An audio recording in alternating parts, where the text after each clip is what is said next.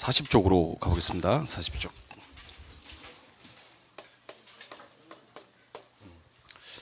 자, 지금부터 이제 감정평가상 토지의 분류입니다. 아까 뭐 전답, 과수원, 대, 공장용지, 뭐 제방, 하천, 국어 이런 것들은 지목이었고요. 그죠?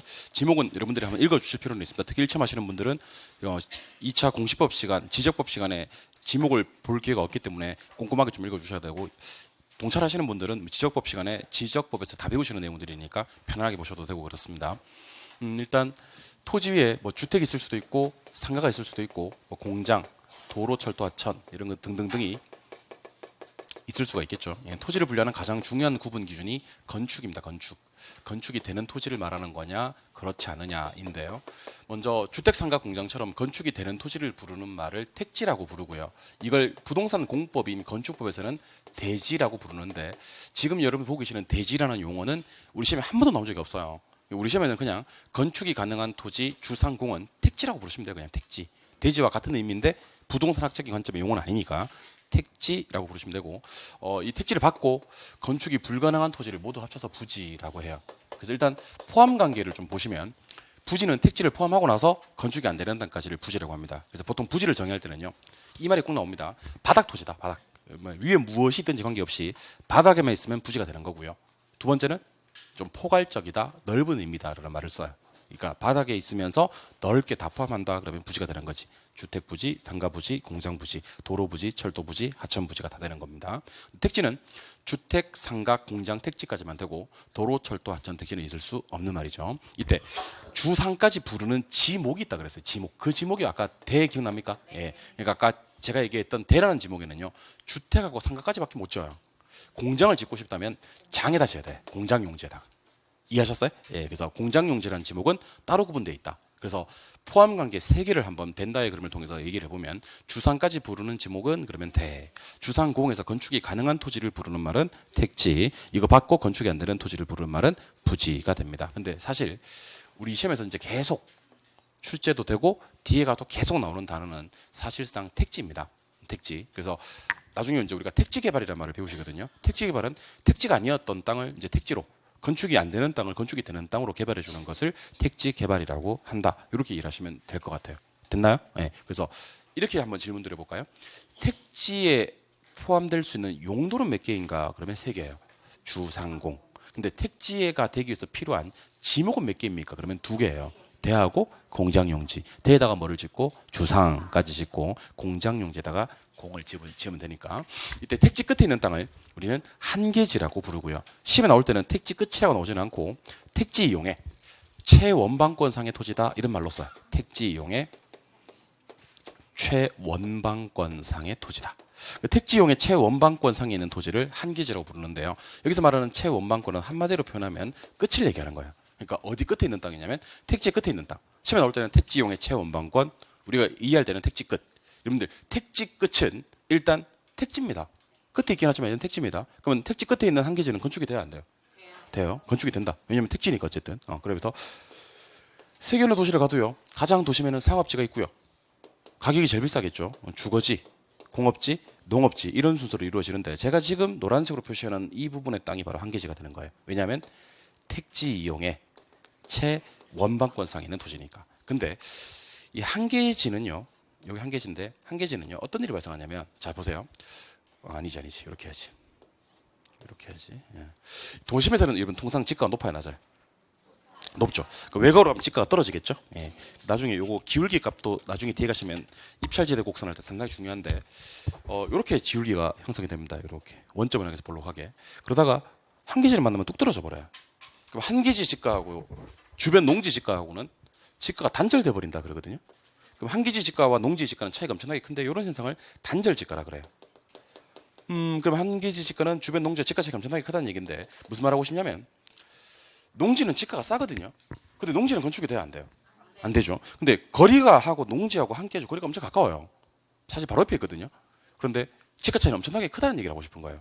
예를 들면 저기 시골에 갔더니 농지가 있는데 평당 30만 원밖에 안 해요. 29만 원, 27만 원, 33만 원. 그래서 여기 보니까 200만 원.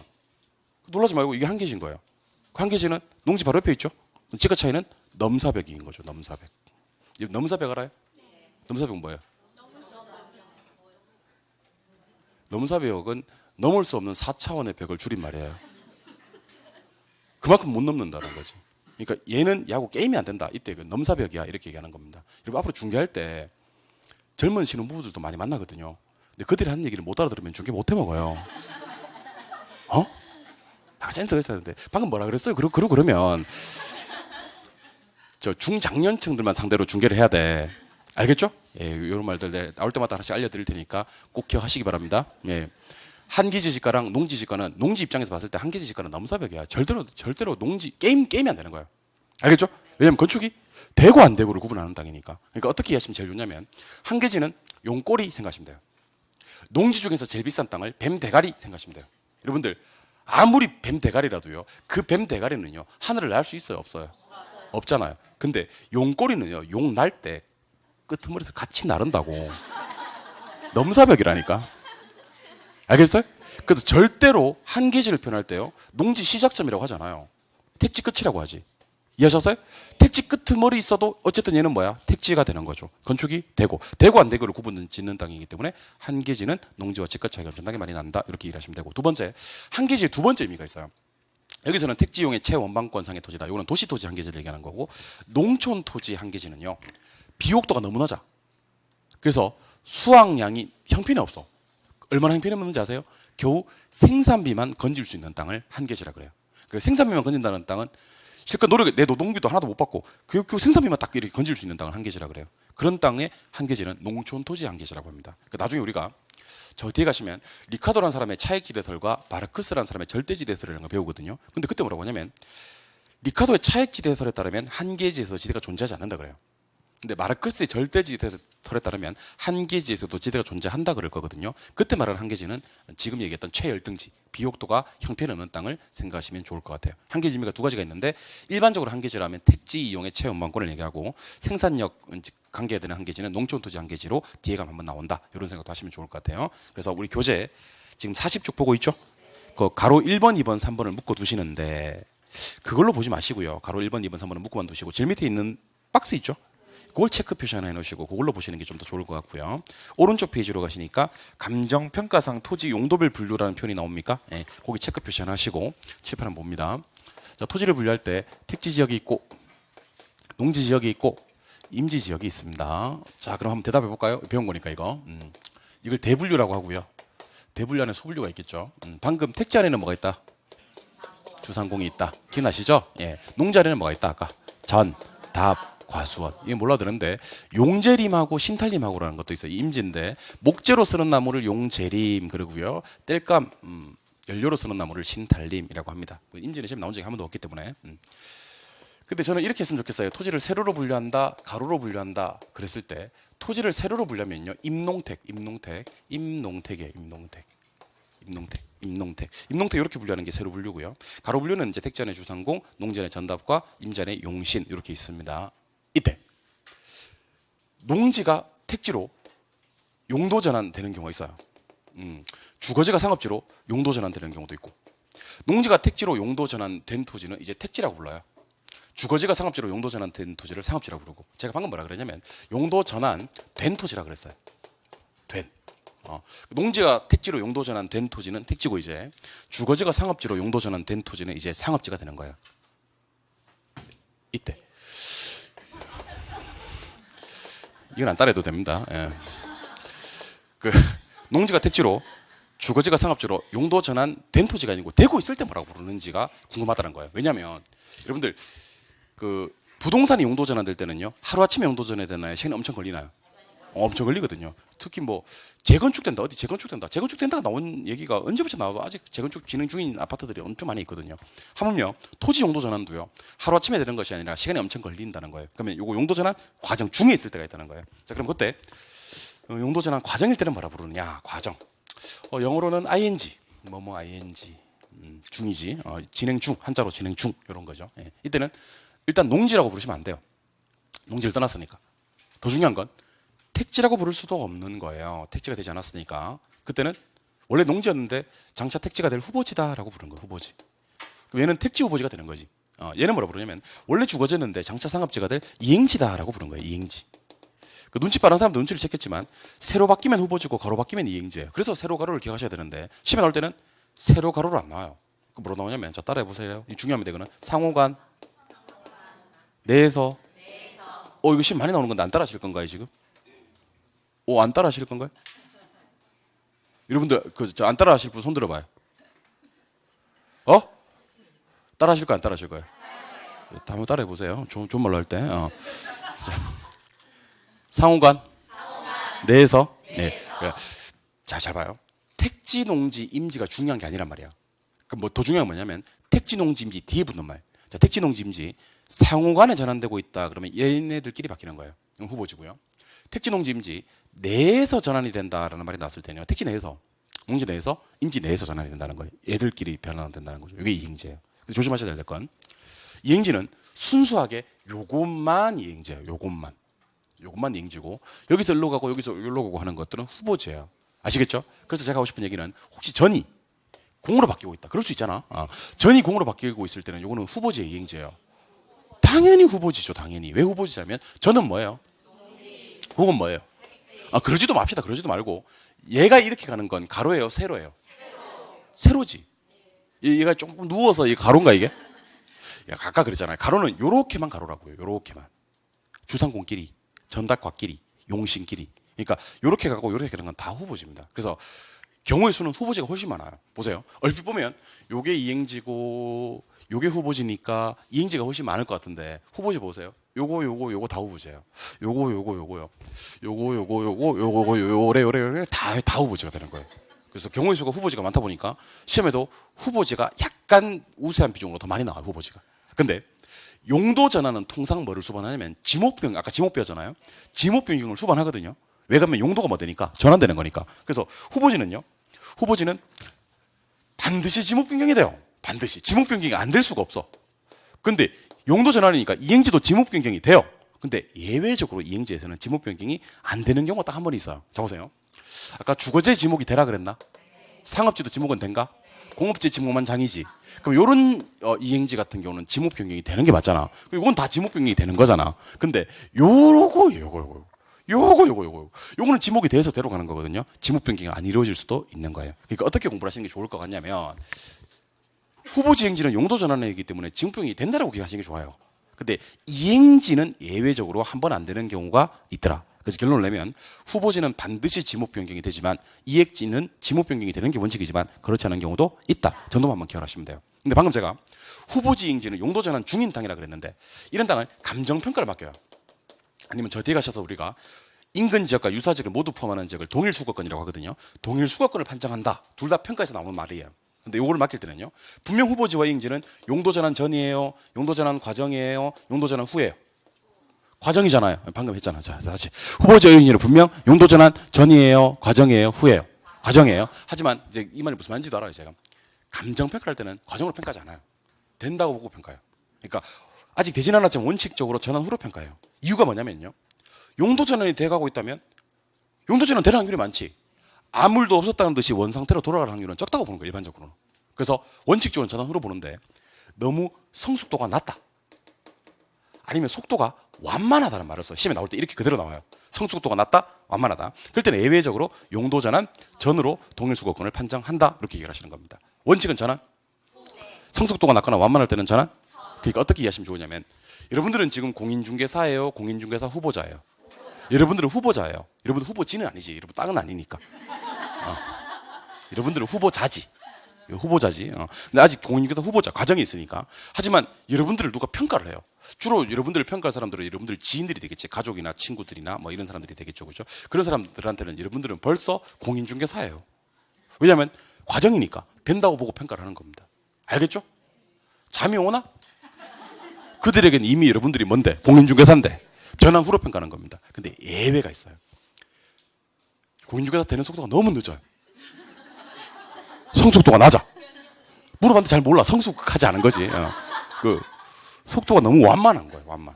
그러니까 지금 신학기니까 애가 초등학교 1학년 때 물어봐. 엄마 어디가? 이렇게 물어봤어. 초등학교 1학년 때. 그 엄마 뭐라 그래요? 뭐 중개사 학원 가는데? 이렇게 그래요. 근데 애가 이번에 중학교 입학을 했거든요. 똑같은 엄마한테 물어보는 거예요. 새엄마 아니에요. 저 같은 엄마예요. 같은 엄마한테 엄마 왜 이번에 어디 가니까 엄마가 나도 지금 아직 중개사 학원 다녀 이렇게 얘기를 하면 애가 어떻게 판단하냐면 우리 엄마 공인중개사 안 될 수 있겠구나라고 평가하는 겁니다. 왜냐면 속도가 너무 완만하니까 전으로 평가가 되는 겁니다. 그렇게 평가받고 싶으세요? 학원 간다는데 집안 반대를 만나고 그러고 싶으세요? 그럼 험한 꼴 당하기 전에 원칙으로 가시기 바랍니다. 알겠죠? 이렇게 평가받아서 바로 합격하시는 게 좋을 것 같아요. 이렇게 하시는 게 제일 좋아요. 근데 다시 한번 강조하지만 농지가 택지로 전환된 토지는 그냥 택지라는 거, 주거지가 상업지로 전환된 토지는 그냥 상업지라는 거, 후보지행지는 용도 전환 과정에 쓰는 말이라는 걸 기억해 주시기 바랍니다. 아시겠죠? 예, 갑니다 계속. 이번에는 필지라는 용어하고요, 획지라는 용어하고를 정리를 한번 해볼 거예요. 자, 필지는 하나의 지번이 붙는 토지의 등기 단위 또는 뭐 등록 단위 이렇게 그래요. 지번은 몇 번째 하는 거예요. 이거 법적 개념이고 시험에 나와도 절대로 틀리는 경우가 없는 게 필지예요. 왜냐하면 지번 등기 등록이란 말이 반드시 나오니까. 획지는요, 가격 수준이란 말이 꼭 나와야 돼요. 가격 수준이 비싼 일단의 토지를 획지라 그래요. 이거는 이제 경제적 개념의 토지가 됩니다. 실판 한번 보실래요? 자, 실판 한번 보세요.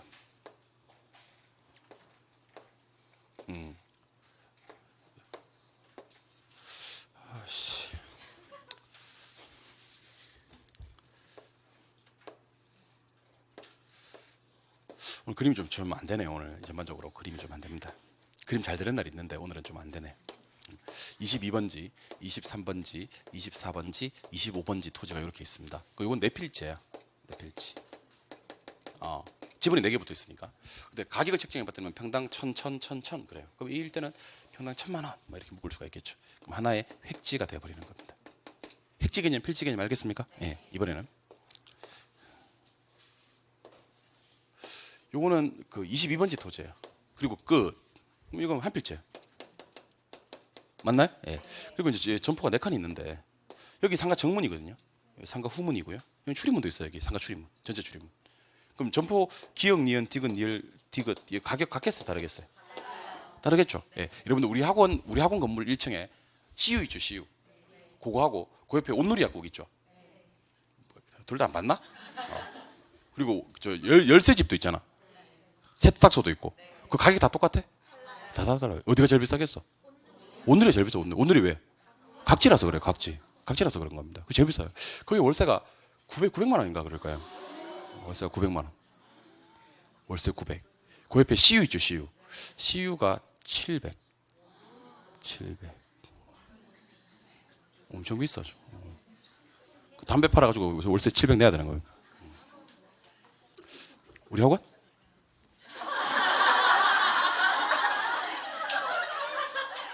우리 와이프도 그거 안 묻던데 그걸 왜 궁금해요? 학원 월세가?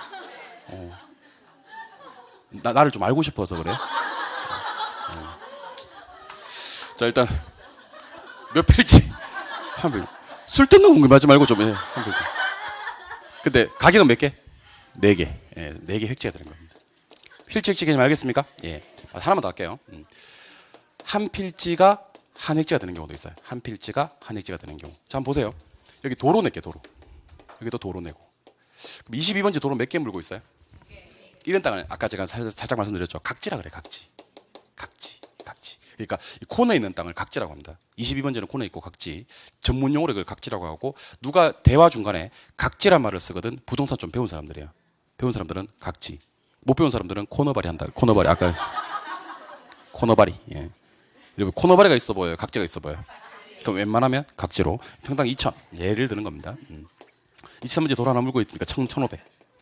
24번은 맹지라 그래요. 맹지. 그 맹지를 여러분들 그림 보면서 여러분들이 정의하세요. 도로의 접촉면이 전혀 없는 토지 하시면 돼요. 도로의 접촉면이 전혀 없는 토지. 그리고 우리가 배우시는 땅 중 유일하게 허가 안 나는 땅이 맹지예요. 건축법상 허가를 받을 수가 없다. 가격이 싸겠어요, 비싸겠어요? 평당 500. 이런 것만 사는 사람들이 있어요. 이런 거 사가지고 뭐 지역권 설정하거나 토지를 더 사서 도로하고 더 사서 이렇게 맹지 작업한다 그러거든요. 맹지 작업해서 건축 가능하게 만들어서 팔아먹고 이런 사람들도 있습니다. 25번지 땅 가기 전에 자 이거 한번 보세요. 요거 한자를 대라고 읽거든요. 다시 요 한자를 뭐라고 읽는다고요? 대라고 읽는데 밑에 흑토가 들어가면 터대가 돼요. 터대. 밑에 옷 의자가 들어가잖아요. 저 위에 옷 의자가 들어가면요. 요걸 갖다가 자루대자라 그래요. 무슨 대? 그러니까 여기서는 이제 토지 모양이 마치 자루에 불룩하게 무언가를 담아놓은 듯한 모양이라고 해서 대지라고 하고, 요 대지 할 때는 한자 대자 꼭 자로 대자를 줍니다. 요 대자를 준다고. 아까 지목대 할 때는 이 대자고, 오대자 요 옷. 옷은 단추가 있잖아요. 옷은 단추가 있고 단추 구멍이 좁잖아요. 그렇게 생각하시면 돼요. 도로에 좁은 접속면을 가지고 있어서 자루형 모양을 띠게 되는 토지를 대지라고 합니다. 그럼 얘는 허가 나고 안 나고? 나고. 그럼 얘는 맹지보다는 싸게 해서 비싸게 해서? 비싸죠. 근데 우리가 네모 반듯한 토지를 갖다가 정방형, 장방형 그래요. 직사각형은 장방형, 정사각형은 정방형. 이건 둘 다 좋아요. 꼭 정사각형만 좋은 건 아니에요. 직사각형도 괜찮아요. 직사각형도 괜찮습니다. 하지만 대지는 보니까 토지 모양이 좀 거시기하다, 그죠? 그럼 얘는 맹지보다는 비싸게 만들고 정방형이나 장방형의 토지보다는 가격을 싸게 만들어주자는 거지. 그래서 한 뭐 800만 원 만들어줍시다. 자, 그럼 봐봐요. 2,000, 1,500, 500, 800. 각기 다 다르죠? 그러니까 한 필지마다 한 획지가 형성될 수도 있다. 자, 그럼 질문. 필지가 커요, 획지가 커요? 필지가 클 수도 있고 획지가 클 수도 있고 심지어 같을 수도 있어요. 따라서 필지, 획지는 둘 다 면적의 단위는 아니다라고 생각하시는 거예요. 면적 단위는 아니다. 그러니까 누가 물어요, 여러분들한테. 필지가 면적 단위야, 획지가 면적 단위야. 그러면 아니 면적 단위는 제곱미터나 평을 쓰지. 법정 면적 단위는 제곱미터를 쓰지. 필지, 획지는 둘 다 면적 단위가 아니다까지 얘기할 수 있어야 되는 겁니다. 필지, 획지 개념 알겠습니까? 필지가 면적이에요, 획지가 면적이에요. 둘 다 면적이 아니에요. 그 필지가 커요, 획지가 커요. 클 수도 있고 같을 수도 있고. 이해하셨어요? 예, 그런 개념으로 이번엔 저랑 이거 한번 해봅시다. 토지 위에 건축물이 없는 토지를 나지 그래요. 나지. 토지 위에 건축물이 있는 토지를 건부지 그래요. 건부지. 근데 나지는요. 나지는 건물만 없는 게 아니에요. 건물만 없는 게 아니고 사법상의 제약도 없고요. 지목이 돼일 필요도 없고요. 그래요. 근데 우리나라에 있는 모든 땅은요. 공법상 제약은 있어요. 그래서 그러면 나지는 공법상 제약이 있나요? 당연하죠. 건부지는요. 택지, 부지, 후보지, 이행지, 필지, 획지, 대지, 맹지. 그러니까 공법상 제약 받는다는 말은 따로 할 필요가 없어요. 근데 왜 따로 했는데 할 필요가 없다면서? 혹시 나지 할 때 나자가요. 벗을 나자거든요. 벗을 나자. 이게 벗다가 이거까지 벗을까 봐 내가 걱정이 돼서 내가 미리 말씀. 다 벗어버려. 누구에게나 감추고 싶은 비밀이 있는 거잖아요, 여러분들. 그러니까 지 아무리 나지라도 뭐는 있고. 공법상 제약. 그러니까 이걸 먼저 하는 게 좋아요. 나지라도 뭐는 있다. 자, 지금부터 다 벗어버리면 돼요. 건물 있고 없고 사법상의 제약도 없고. 자, 보세요. 우리 저한테 지목 배우셨나요? 지목에 대라는 지목이 있었나요? 장이라는 지목도 있었나요? 자, 건물이 없어. 그럼 나지라 그랬지. 근데 지목이 대야. 그럼 나대지 하면 돼. 그럼 나대지가 되려 그러면 요건이 두 개 있어야 돼. 건물도 없고 지목이 대일 것. 이렇게. 됐어요? 그러면 나진데 지목이 장이야. 그러면 나장지예요. 나장지라고 하진 않아요, 사실은. 그런 용어를 잘 쓰지는 않습니다. 하지만 제가 하고 싶은 얘기는 무슨 얘기냐면 나지가 꼭 지목이 대일 필요까지는 없다는 겁니다. 물론 나지고 지목이 대일 때는 뭐라고 불러주면 된다. 나대지라고 불러주면 되는 거지. 나지와 나대지가 일치하는 개념은 아니라는 거예요. 누가 훨씬 큰 개념이냐면 나지가 훨씬 큰 개념이에요. 건물만 없으면 싹 다 뭐고 나지고 그중에서 지목이 대일 때를 뭐라 부를 뿐이다. 나대지라고 부를 뿐이다. 같은 개념은 아니에요. 누가 커요? 나지가 큰 거예요. 예, 그렇게 얘기를 하시면 됩니다. 이번에는 누가 비싼지 한번 보겠습니다. 나지가 비싼지 건부지가 비싼지. 자, 비싼 걸 증가하라 그래요. 싼 걸 감가라고 하고요. 이게 싸다 비싸다 대신에 증가 감가 하세요. 예, 통상 나지가 증가돼요. 건부지는 감가되고요. 이유는 나지는 활용도가 많아요. 그래서 땅값만, 건물값 산입하지 말고 땅값만. 나지의 땅값이 건부지의 땅값보다 비싸요. 그래서 건부지는 싸요. 우리 이것을 건부지 감가 그래요. 건부지 감가. 이게 원칙이에요. 근데 말이 너무 길어서 건부감가 그래요. 무슨 감가? 그러니까 건부감가에서 생략되는 말 나지 증가. 나지 증가. 건부지 감가. 나지가 비싸고 건부지가 싸다는 얘기예요. 이거 머릿속에 지금 콱 넣어놓으세요. 원칙이니까. 자, 누가 비싸요? 누가 싸요? 네 글자로 다 표현해봐요. 나지 증가 건부 감가. 같은 말이에요. 건부지가 싸다는 말은 나지가 상대적으로 비싸단 말이고 나지가 비싸다는 말은 건부지가 싸단 말인데 기준을 건부지로 잡은 것뿐이에요. 근데 예외적으로 건부증가 되는 경우가 있어요. 건부증가. 이게 건부지가 나지 가격보다 비싸지는 경우인데 이게 예외인데 주로 어떤 경우냐면 정부가 개입하는 경우예요. 정부가 개입해서 나지를 죽여버려요. 그 정부가 개입을 해가지고. 그래서 규제를 강화하는 거예요. 완화예요? 강화예요? 강화. 나지가 쾌 하고 죽으면서 건부증가 되는 거거든요. 한번 들어보실래요? 개발 제한 구역 안에 들어갑니다. 개발 제한 구역. 개발 제한 구역 안에 들어가면 농사밖에 못 지어요. 건물 못 지어요. 그럼 얘는 농지지, 농지. 얘는 건물 허물지는 않으니까 택지지. 농지가 비싸, 택지가 비싸. 그때는 건부지가 증가돼요. 이번에는 토지 수용. 정부가 토지를 수용할 때 보상가 산정이 이루어질 거 아닙니까? 나지가 희생이 커요? 건부지가 희생이 커요? 건부지가 희생이 크니까 보상가는 건부지 보상가가 많이 나와요. 아시겠죠? 마지막으로 건폐율. 나중에 공법 시간에 건폐율을 배울 건데요. 건폐율은 대지 면적분의 건축 면적 곱하기 100 이렇게 합니다. 이러면 이제 건폐율이 나옵니다. 그래서 건폐율 외울 때 건대 이렇게 외우시면 돼요. 건대. 우리나라 부동산학의 메카가 건국대학교거든요. 건대 하시면 돼요. 건대 이렇게. 자, 그럼 보세요. 대지 면적이 100 하면 100 몇 프로가 나온다 그랬죠? 대지 면적이 100평인 땅이 있어요. 근데 건폐율이 50%예요. 50%. 그럼 자 보세요. 몇 평씩 짓고 50평씩 짓고 나머지 50평은 비워놓으라는 거예요. 이해하셨어요? 이렇게. 이게 건폐율이에요. 그럼 건폐율이 없으면 어떻게 될까? 건폐율이 없으면요. 얘가 싹 다 지어버려요. 얘가 싹 다 지어버리고 건축을 다 해버린다고. 그러면 일조권 조망권 문제도 생기고요. 통풍 채광 문제도 생기고요. 더 큰 문제가 뭐냐면 프라이버시 문제가 생겨버립니다. 그러니까 얘가요. 샤워를 하고 머리를 틀면서 나와서 창문을 열면요. 얘가 뭐라 그러냐면 오늘도 이 시간에 샤워하셨군요. 기다렸어요. 그렇게 되는 거지. 그러니까 여기 요렇게 건폐율을 둘 수밖에 없다는 겁니다. 뭐만 이해하셨죠? 예. 그렇게 보지 마세요. 그 예를 든 거야. 무섭게 왜 그래? 자, 건폐. 자, 그럼 이때 건물 짓고 남겨진 땅을 요 땅을 공지라고 하고요. 공지는 공적 제한 때문에 비워진 땅이에요. 공적 제한 때문에. 공적 제한 때문에 짓고 남겨준 땅을 공지라고 합니다. 근데 정부가 건폐율을 50에서 40으로 만들어요. 그럼 이걸 같은 말로 말하면 건폐율 축소라고 하기도 하고요. 규제 강화라고 하기도 같은 말이에요. 건폐율이 축소되면 더 짓게 돼, 덜 짓게 돼? 덜 짓게. 그러니까 소유자 입장에서는 덜 짓는 게 규제가 강화되는 거예요. 맞죠? 그럼 얘는 어떻게 할까요? 50 지어놨어요, 그냥. 얘는 옛날에 법을 적용받았겠죠. 미리 지어놨으니까. 얘는 앞으로 지을 건데 규제가 강화되는 바람에 이제 40밖에 못 짓는 거예요. 이해하셨어요? 그때 오히려 건부 증가. 그러니까 건부지는 건물을 미리 지어놨기 때문에 규제를 해도 관계없다는 거예요. 그 누구에 대한 규제를 한다는 거예요? 낮에는. 그러니까 정부가 규제를 강한다는 말은 낮이 죽어 하는 거예요. 낮이 죽어. 그럼 낮이가 퀵 죽어버리면서 건부 증가가 되는 거예요. 자, 다시 원칙과 예외. 시험에서는 자꾸 뭘 묻냐면 건부 강가돼요, 건부 증가돼 이렇게 물어요. 그럼 고민하면 안 돼. 건부 강가로 해야 돼. 그게 원칙이니까. 근데 정부가 개입해서 누굴 죽여버리면 낮이가 퀵 죽으면서 건부 증가되는 거예요. 원칙은 건부. 제가 제일 안타까운 게 뭐냐면 이 말 잘 들으세요. 지금부터 하는 얘기를. 시험장 가서 건부 강가 원칙이었나? 건부 증가 원칙이었나? 이렇게 고민하는 사람들은 공부가 잘 안 된 거예요, 이게. 아니야, 쌤 말할 때 다 알아들었어. 그게 중요한 게 아니라니까. 내 말할 때 다 알아들은 게 중요한 게 아니고 시험장 가서 건부 강가를 바로 외칠 수 있는 사람이 이걸 제대로 이해한 거예요. 근데 대부분의 수험생들은 오케이. 오케이. 이렇게 하고 시험에 가서서 안 오케이. 이것도 안 오케이. 이것도 안 오케이. 심지어 오케이 되는 사인 떨어지는 것도요. 고민을 많이 해요. 근데 시험장에서 그 시간 엄청 달콤하거든. 공부 덜 된 거예요, 사실은. 착각이지. 이게 착각이에요. 세상에서 가장 무서운 늪, 착각의 늪에 빠져버린 거예요. 안다고 착각하는 거지. 그런 사람들이 대거 나중에 7월달, 8월달 가서 뭐라고 얘기를 하냐면 선생님 지금 수업 들을 때는 다 알아들었는데 문제가 안 풀려요 라고 얘기를 하는 겁니다. 안 풀릴 리가 없는데 다 알아들었으면. 다 못 알아들었는데 다 알아들었다고 착각을 하는 겁니다. 다시 절 보실래요? 건부증가, 건부강가. 바로 나와야 돼, 그게. 지체 없이 나와야 돼, 지체 없이. 바로 나와야 됩니다. 건부? 근데 정부가 개입해서 규제를 강하면 누구에 대한 규제를 강한다는 거예요? 건부지는 지어놨기 때문에 상관이 없어요. 그러면 낮이 죽어 하면 낮이가 퀵 죽어버리면서 건부? 근데 좀 이제 그 시각적 감각이 좀 있는 분들은요. 선생님, 요 그림하고 같은 그림이네 하는 거예요.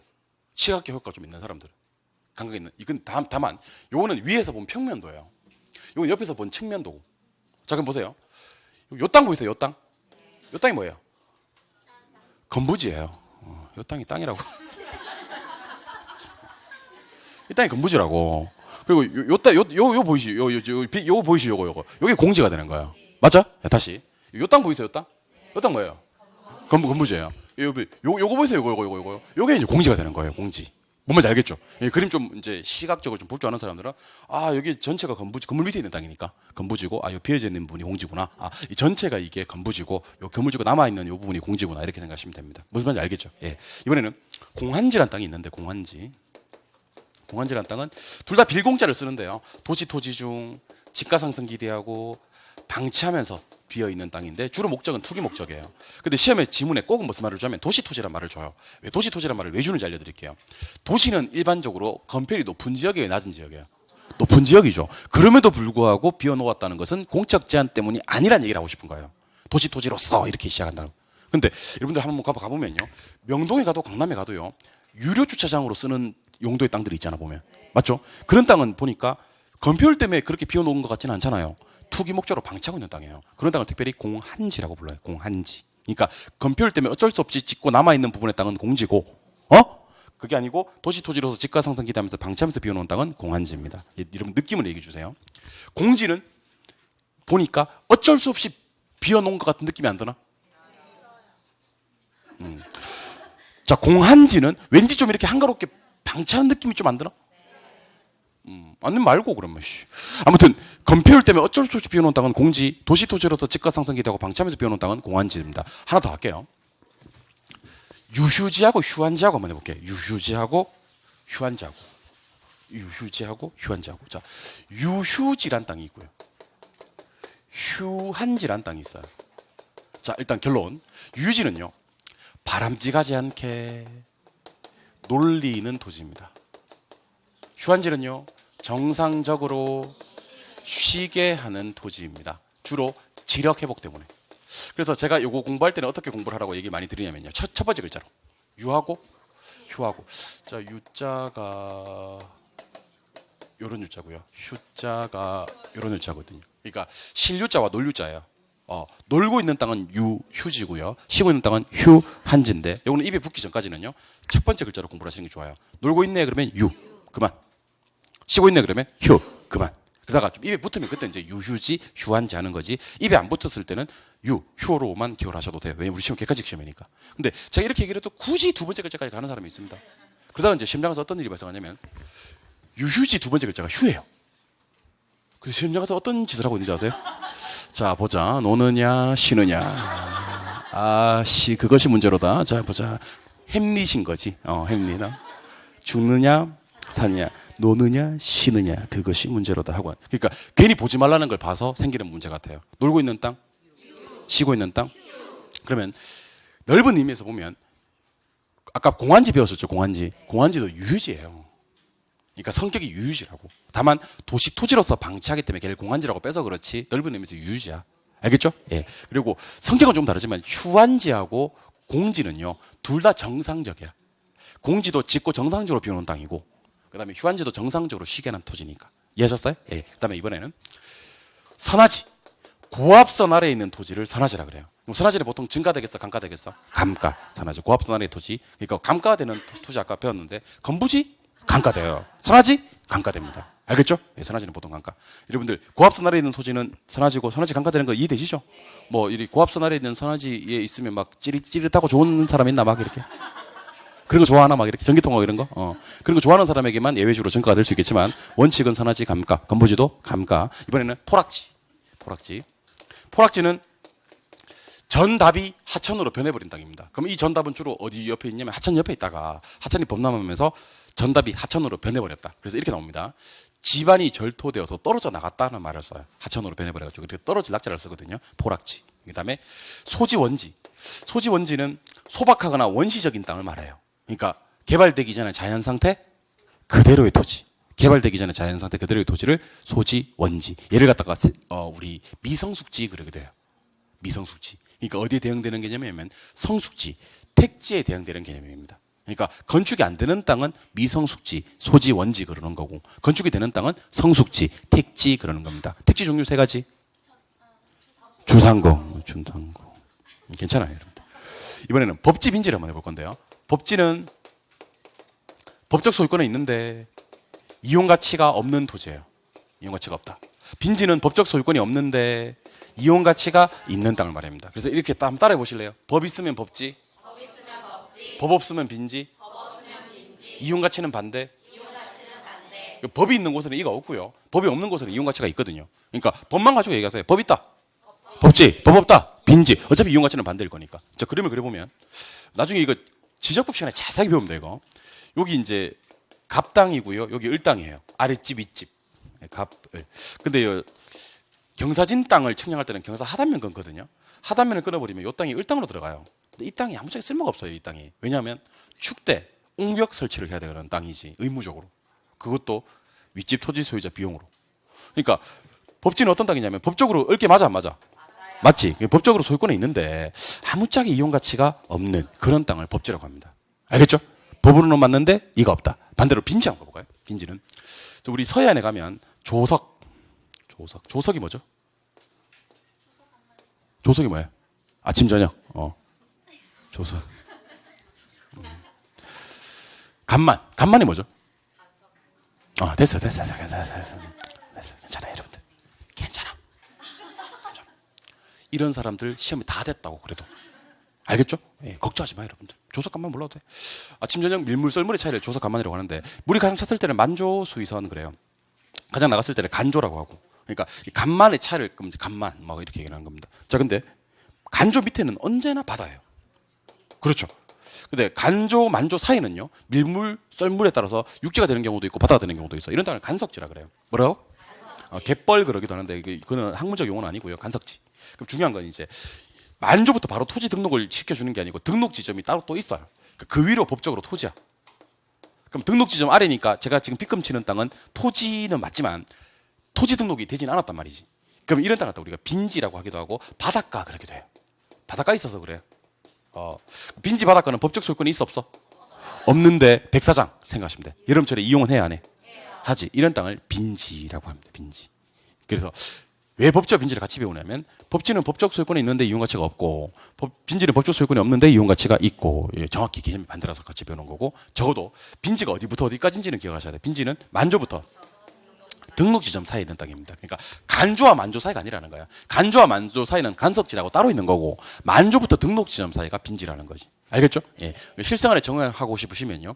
혹시 자녀분이 계신데 자녀분이 친구를 잘못 사귀어가지고 맨날 사고나 치고 경찰서에 있는 파출소에 잡혀서 연락이 오고 막 그래요. 사인해주고 데리고 오고 사인해주고 데리고 오고 막 그렇게 하는 거지. 그런 애를 뭐라고 하냐면 법지 같은 자식이라 그래요. 법적으로 내게 맞아 안 맞아? 맞지. 유전자도 99.999% 일치하고 법적으로 내게 맞는데 아무짝에 이용 가치도 없고 그런 땅을 법지라고 합니다. 알겠죠? 예, 그 화남 한번 해보세요. 이 법지 같은 자식 이렇게.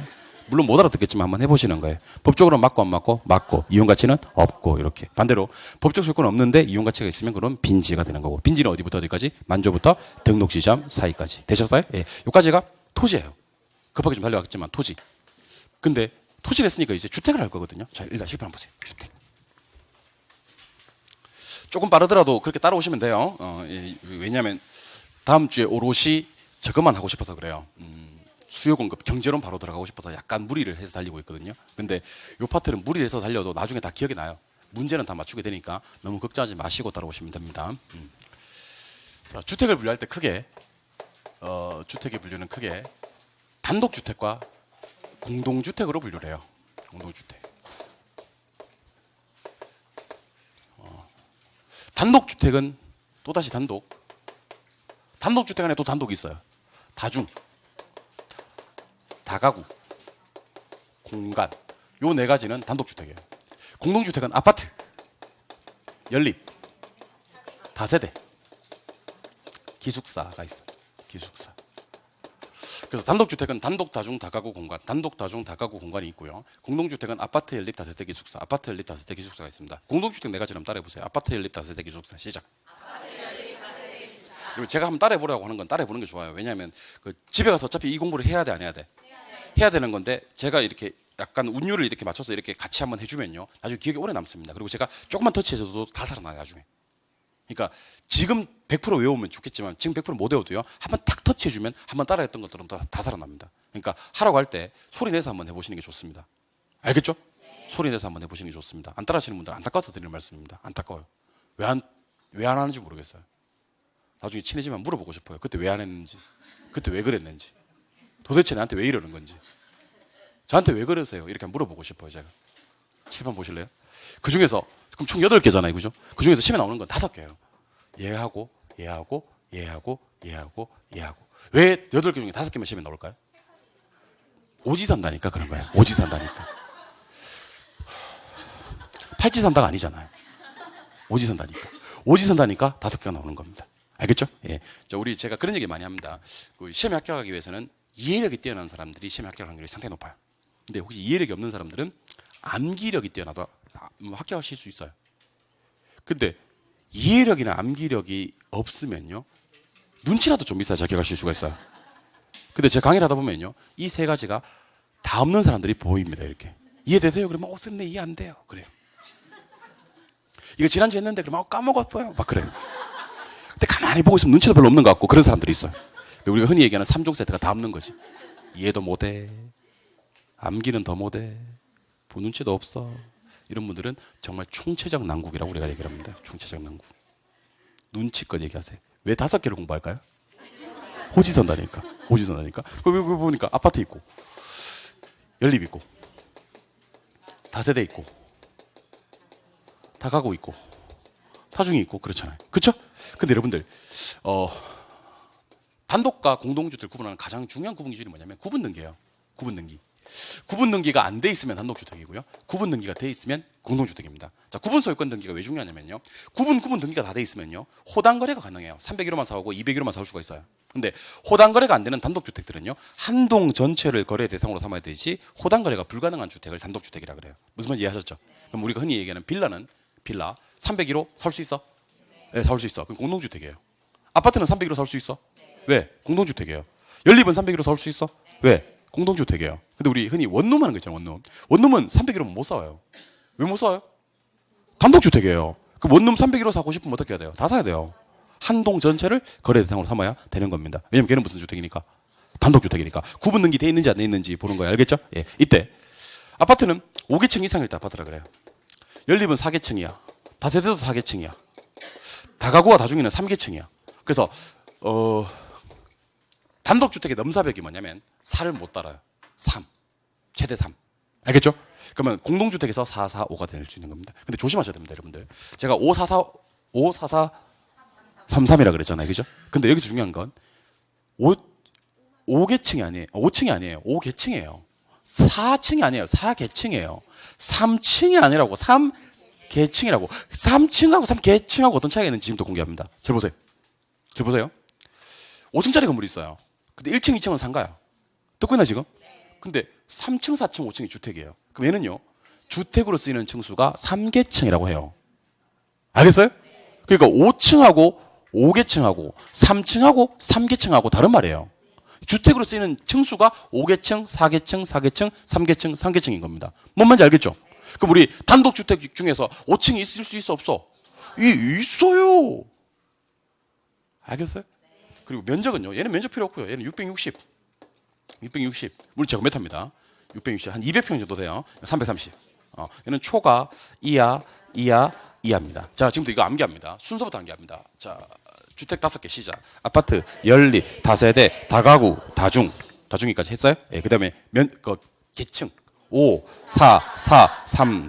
그리고 어차피 면적은 여기 아파트는 없어요. 세 개 뭐 하나냐면 660, 330. 그리고 앞에 것만 초과예요. 앞에 것만 뭐? 나머지는 다 이하. 그래서 요거 세팅 한번 해봅시다. 지금 해봅시다. 지금. 자, 어떻게? 아파트, 연립, 다세대, 다가구, 다중이 5, 4, 3 없고요. 660, 330 하나만 초과, 이하. 그래서 이거 외우는 건 다 외워요. 나중에 다 외우니까 암기를 걱정하지 마시고요.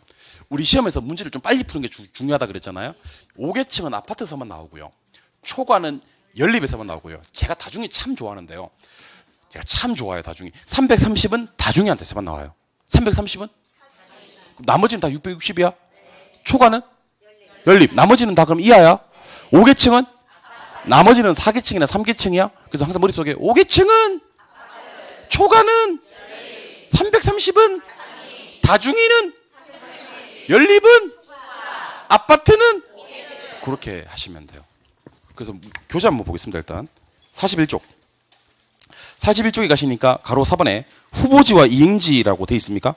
거기 동그라미 1번, 2번은 묶어두시고 3번은 체크. 가로 5번에 필지, 획지 체크 표시 한번 하시고 한 장 넘기셔서 보충학습 바로 위에 보니까 당구장 표시 있습니까? 보충학습 바로 위에 당구장 표시 체크 표시 한번 하세요. 필지, 획지는 둘 다 면적 단위는 아니다. 법정 면적 단위는 뭘 쓴다? 정메타를 쓴다. 가로 6번에 동그라미 1번, 2번 한번 묶어주시고 1번, 2번. 그리고 오른쪽 페이지로 가셔서 가로 7번과 가로 8번을 길게 한번 묶어주세요. 가로 7번과 가로 8번을. 길게 안 묶었습니까? 그리고 그 밑에 보충학습에 가시니까 건부 감가와 건부 증가라는 표현이 있나요? 그 체크 표시 한번 하셔야 될 것 같아요. 건부는 뭐 돼요? 바로 나와요. 너무 늦었어요. 너무 늦었습니다. 이렇게 늦으시면 안 돼요. 건부는 감가돼요. 근데 예외적으로 정부가 규제를 강화해서 나지를 죽여버리면 나지가 퀵 죽으면서 건부 증가되는 겁니다. 예외가 건부 증가예요. 예, 한 장 넘기십니다. 한 장 넘기셔서 9번, 10번 한번 묶어주시고 9번, 10번 11번, 12번 한번 묶어주시고 11번, 12번은 첫 번째 글자 동그라미 한번 하시고 11번, 12번은 뭐하고 휴하고 유하고 13번에 1번, 2번 묶어주시고 13번에 1번, 2번 14번에 1번, 2번 묶어주시고 14번에 1번, 2번 한 장 넘기 두 장 넘겨야 되겠네. 두 장 넘기시면 3번에 주택의 용어라고 되어 있습니까? 오른쪽 페이지에 별 하나만 때려주시고 별 하나만 때려주시고 단독주택 4개 한번 묶어보실래요? 단독, 다중, 다가구 공간 공동주택 4개 한번 묶어보실래요? 아파트, 연립, 다세대, 기숙사. 그 밑에 도시형 생활주택 있습니까? 그 체크 표시 한번 하시고 도시형 생활주택은 세대가 몇 세대인지를 좀 보세요. 몇 세대? 330이나 350세대 아니에요. 300세대입니다. 예, 그렇게 하고 길잡이 문제를 제가 2문제 풀어드릴 건데 한 장 넘겨보세요. 한 장 넘겨보시면 50쪽에 2번 다음 법률적 요건을 모두 갖춘 주택을 찾아라. 그런 말 있죠. 근데 뭐가 떴어요? 330은? 답은 2번입니다. 근데 내가 다중이를 안 좋아할 수가 없어요. 330만 알아도 답은 무조건 330이면서 다중이가 안 되는 경우가 없어. 답은 몇 번? 2번. 됐고 3번 주택의 유형에 대한 설명이다. 옳은 것을 찾아라. 그런 말이 있죠. 1번에 보니까 연립이 있습니까? 연립은 660옆에 뭐가 있어야 돼? 초과가 있어야 되잖아. 초과 있어 없어? 그럼 틀려요. 그쵸? 그리고 2번, 3번, 4번을 갖다가 고개를 약간 들고 봐봐요. 고개를 이렇게 보지 말고 요렇게 보면요. 2, 3, 4번에 셋 다 330 있어요. 2번에도 330, 3번에도 330, 4번에도 330. 근데 330은 우리 누구한테만? 다중이한테만. 그래서 내가 다중이를 안 좋아할 수가 없어요. 다중이를. 답은 몇 번? 4번만 되는 거예요. 2번, 3번은 330 나올 수가 없는 말이고 5번에 도시형 생활주택은 몇 세대? 300세대라고 해야 되기 때문에 틀린 말이고 그래서 답은 4번이 되는 겁니다. 참고로 앞으로 한 장을 살짝 다시 한번 넘겨보시면 앞으로 살짝 넘겨보시면 왼쪽 제일 위에 우리나라 표준산업 분류표에 따른 부동산 산업의 분류라고 되어 있습니까? 예, 요거 제가 한 번만 읽어드릴게요. 체크하지 마세요. 부동산업은 무슨 업과? 부동산 임대 공급업과 서비스업 있습니다. 임대 공급업과 서비스업 있습니다. 한 번 더 할게요. 임대 공급이랑 서비스. 임대 공급업은 당연히 뭐하고? 임대. 개발이란 말에 한 번 더 붙어 개발 공급이 있고. 맞아요? 서비스는요? 부동산 관련 서비스는 관리하고 중개, 자문, 감정, 평가까지를 보는 거예요. 근데 뭐라고 얘기하시면 되면 주거, 비주거, 기타, 주거, 비주거, 기타 이런 식으로 하시면 돼요. 그러니까 아까 말씀드렸듯이 임대업도 뭐 있고 주거용, 비주거용, 기타. 개발 공급업도 주거용, 비주거용, 기타. 관리업은 주거, 비주거, 기타가 없고 요거는 앞에 얘기한 거 3개 나눠 본 거예요. 뭐 있었고 중개 있었고 자문 대신에 투자 그리고 감정평가. 투자 자문, 감정평가 이렇게 가는 겁니다. 요거 한번 읽어봤던 경험만 있으면 돼요. 한번 읽어봤던 경험만. 문제가 어떤 식으로 나오냐면 길잡이 문제 1번 나옵니까? 자, 한국 산업분류표에 따른 부동산업에 해당되지 않는 걸 찾아라. 그런 말이 있었죠. 보니까 아까 건물 개발 공급업이 있었나? 주거용 건물? 그 다음에 3번 먼저 볼게요. 자문 중개 있었나? 비주거용 관리 있었나? 기타 임대 있었나? 근데 투자 금융업이란 말이 나오는데요. 아까 투자가 아니었거든요. 투자에 대한 자문이었거든요. 그건 맞는데 투자 자체나 금융과 관계되는 업무는 부동산업이 아닙니다. 알겠죠? 예, 요게 진짜 잊을만 하면 한 번씩 나와서 그러는 건데 시간 날 때 부동산 산업 분류표를 한번 읽어주시기만 하면 돼요. 다시 크게 보면 뭐 있고 부동산업은 임대 공급이랑 관련 서비스가 있고 맞아요? 임대 공급업은 또다시 임대랑 개발 공급 맞아요? 그럼 서비스는요 관리 있었고 중개 있었고 자문하고 감정평가 있었고 분류는 세 분류는 사실은 주거용 비주거용 기타 주거용 비주거용 기타 이런 식이니까 크게 신경 쓰지 않으셔도 되는데 투자업은 중개업이 아니에요. 부동산업이 아니에요. 투자 자문업이에요. 알겠죠? 그리고 중개 있었고 감정평가 있었고 알겠어요?